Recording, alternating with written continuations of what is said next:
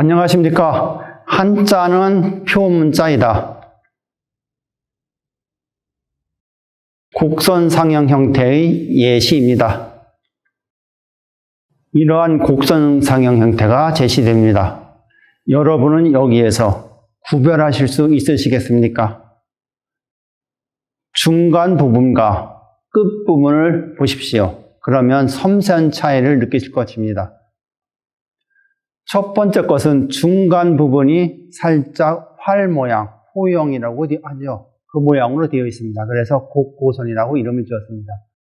두 번째는 끝부분이 살짝 굽어져 있지요. 그래서 곡입니다. 세 번째는 가운데 부분이 각으로 처리되어 있습니다. 그래서 곡각선. 네 번째는 끝부분이 살짝 굽어져 있어요. 그래서 곡각곡. 다섯 번째, 여섯 번째는 끝부분이 날카롭습니다. 그래서 날카롭고 애자 한자를 써서 곡외선이라고 이름을 지었습니다.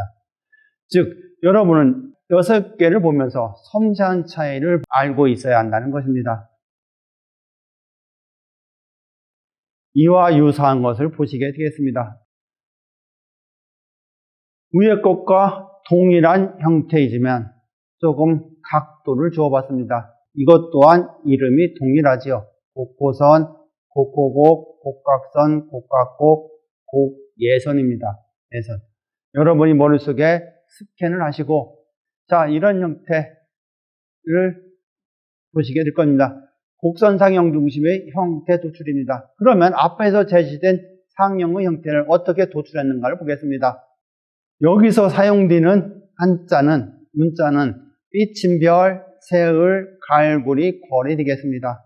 그리고 이것을 이름하여 호호선, 곡각선, 애곡선으로 이름을 지었고, 그리고 거기서 도출된 음은 일을, 월이었습니다. 그러면 어떻게 형태가 도출되었는가를 보겠습니다. 곡각선 중심이니까 곡각선을 먼저 내려오겠죠. 그래서 곡각선의였고, 여기에서 곡각선에서 출발해요. 곡고선으로 가서 곡고선이 되었습니다. 그러면 이것은 일이 되죠. 그래서 곡고선은 일이다. 다음은 예곡선으로 복각하겠습니다. 그래서 곡예선이 되죠. 이것은 도출되는 음은 을이 됩니다. 을. 그래서 3개가 도출이 되었습니다. 우리가 얼과 알이라는 음이 있죠. 그러면 그 음은 삐침별과 갈구리골에서의 조합에 의해서 생성된 음입니다. 그래서 이 음은 곡에서 조합이 되어서 곡이 되고, 이거의 음은 반일이 되죠, 반일. 다음에는, 자, 올과 울이 있죠. 이것은 세을과 갈구리골에서 파생된 음이 조합으로 되어 있습니다. 그래서 2개를 조합을 하게 되면 곡과 곡이 되어 곡과 곡 반을이 됩니다. 반을. 그래서 이렇게 5개가 도출이 되었습니다. 그러면 이것들이 어떻게 표음과 연관이 되는가를 보겠습니다.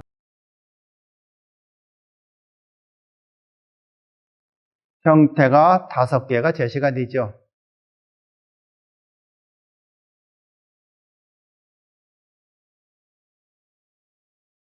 그리고 이것이 선익으로 사용되면 이렇게 제시가 됩니다. 그리고 후익으로 사용이 되면 이러한 표음들이 제시가 되죠. 즉, 한자에서는 동일한 상형 형태를 하더라도 선익에 쓰느냐 후익에 쓰느냐에 따라서 표음이 달리 적용된다는 것입니다. 아주 특이한 음운구조를 가지고 있는 문자입니다. 그러면 곡선상형 문자의 연계를 보시겠습니다. 형태는 이렇게 제시되어 있지요.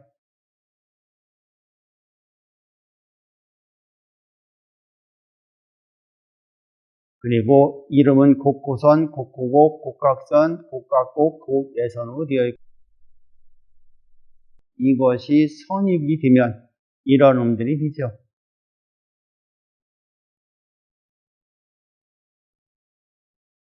그리고 후익이 되면 이런 음들이 될 것입니다. 따라서 상형과 문자의 연계를 통해서 우리는 표 문자인 걸 알 수 있습니다. 따라서 곡구선을 쓰면 우리는 1이라는 생각을 가져야 됩니다. 나머지는 이와 동일한 원리가 적용되겠죠. 곡선 상형 형태의 조합입니다. 여기에 제시된 문자가 삿발뛰기 마예요. 그리고 쓰는 순서는 제시된 바와 같습니다. 그러면 이 첫 번째 문자를 잘 보아주십시오. 첫 번째는 곡구선과 곡구선의 조합의 기준은 우축입니다. 그래서 광동, 장동이 되죠. 그래서 이렇게 썼을 때는 음은 1로 표음이 됩니다. 자, 두 번째는 잘 보아주십시오. 이것은 곡구선과 곡구선의 조합입니다. 그리고 길이의 기준은 우축이죠. 그래서 선단이 됩니다. 선단. 그래서 선단은 2로 표음이 되죠.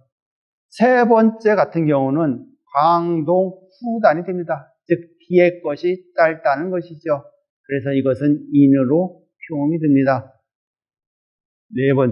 네 번째 같은 경우는 후광 장동이 되어 얄이 됩니다. 얄. 즉 후광동 장동이면 1인데 후광 장동이 되면 얄이 되죠. 얄. 그리고 다섯 번째 같은 경우는 후광 선단이 되어 야가 됩니다. 야. 그래서 지금 삿발뛰기 야가 이 형태로 써줘야 한다는 것입니다. 그런데 실질적으로 삿발뛰기만은 제 마음대로 쓰여져 있습니다. 그리고 마지막으로 후광 후단이죠. 후광, 즉 후익이 굵고 후단, 후익이 짧다는 얘기죠. 그래서 이것은 얀으로 표음이 됩니다. 즉 우리가 삿발뛰기 묘를 쓰면서 제시된 형태대로 다양하게 쓸 수 있습니다. 그럼 다양하게 상형을 달리 씀으로써 표음도 달리 된다고 하는 것입니다. 지금까지 한자를 우리는 쓰시면서 이러한 규칙도 없이 마음대로 썼기 때문에 한자의 표음에 대해서 우리 서로 모르게 되는 것입니다. 한자는 표문자이니까 정확하게 써줘야 합니다.